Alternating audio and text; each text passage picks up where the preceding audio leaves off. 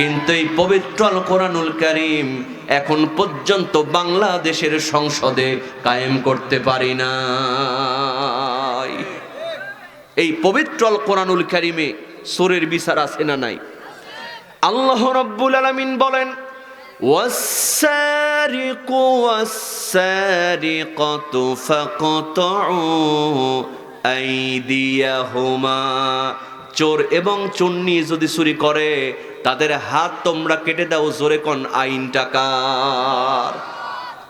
একজন চোরকে ধরে ঢাকা বাইতুল মুকাররমের সামনে ওয়াস-সারিকু ওয়াস-সারিকাতু ফাকতাউ আইদিয়াহুমা, এই আইনটা সংসদে পাশ করে ক্যামেরার সামনে, মিডিয়ার সামনে ওই চোরের যদি হাত কাটা হতো, বলেন তো চুরি করার সাহস কেউ পেত?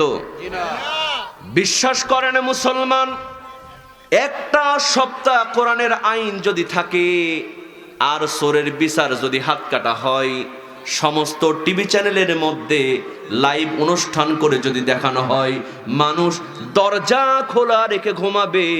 চুরি করা তো দূরের কথা, অন্যের সম্পদের দিকে বাঁকা চোখে তাকানোর কেউ সাহস পেত না। দেখেন মুসলমান, এই কোরআন দ্বারা চুরি বন্ধ হয়েছে, জেনা বন্ধ হয়েছে, অন্যায় অপকর্ম সমাজ থেকে দূর হয়েছে। আমার ভাইয়েরা বলেন তো, এর প্র্যাকটিক্যাল প্রমাণ আমাদের সামনে আছে না নাই? হযরত আবু বকর রাদিয়াল্লাহু তাআলা আনহু কোরআন নামক সংবিধান দিয়ে রাষ্ট্র পরিচালনা করেন। আমার ভাইয়েরা দেখেন কোরআন দিয়ে কেমনে চুরি বন্ধ হয়। একদিন গভীর রজনীতে হযরত আবু বকর রাদিয়াল্লাহু তাআলা আনহু একটা বাতি জ্বালায়া রাষ্ট্রের কাজ করতেছেন, লেখালেখির কাজ করতেছেন।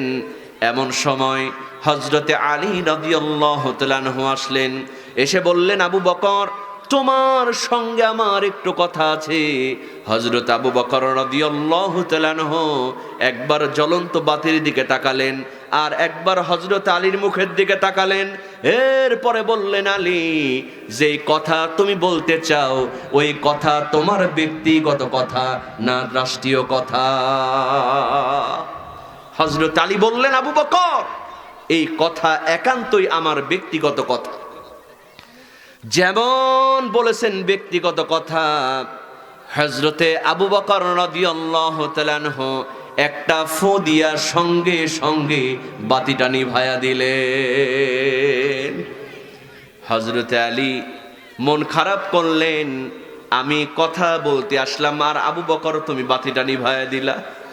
ও মুসলমান, গভীর মনোযোগ। দেখেন কোরআন যদি সংসদে পাশ হয়ে যায় কেমন করে চুরি বন্ধ হয়। হযরত আবু বকর রাদিয়াল্লাহু তাআলা আনহু বললেন, আলী, তোমাকে কষ্ট দেওয়ার জন্য বাতি নিভায়া দেই নাই। ওগো আলী, তোমাকে অপমান করার জন্য বাতি নিভায়া দেই নাই। আলী রে, ওই বাতির মধ্যে যেই তেলটা কেনা আছে ওই তেলটা হলো রাষ্ট্রের টাকা দিয়া কেনা, জনগণের টাকা দিয়া কেনা। রাষ্ট্রের টাকার তেল দিয়া আমি বাতি জ্বালায় রাষ্ট্রের কাজ করতেছিলাম। ওগো আলী, এই জনগণের টাকার তেল দিয়া তোমার সঙ্গে ব্যক্তিগত আলোচনা যদি করি, কাল কিয়ামতের ময়দানে আমাকে আল্লাহর কাঠগড়ায় চোরের কাতারে দাঁড়াতে হবে। জোরে জোরে কন্যা বাবা সুবহানাল্লাহ। আজও যদি বাংলাদেশের সকল এমপি মন্ত্রী, সকল চেয়ারম্যান মেম্বার জনগণের সম্পত্তি আমানত মনে করতো আর কোরআনটা সংসদের মধ্যে পাশ থাকতো, বিশ্বাস করেন মুসলমান, এমপি হওয়ার জন্য নমিনেশন টাকা দিয়া কিনা লাগতো না, উল্টা সরকার নিজে টাকা দিয়া আপনার বাড়িতে নমিনেশন পৌঁছে দিত। ঠিক কিনা বলেন? আহা, আজকে সব নেতাগুলি জানে এই কোরআনের আইন যদি পাশ হয়ে যায় এক সপ্তাহের মধ্যে সব দুর্নীতি বন্ধ হয়ে যাবে। কথা কোন ঠিক কিনা?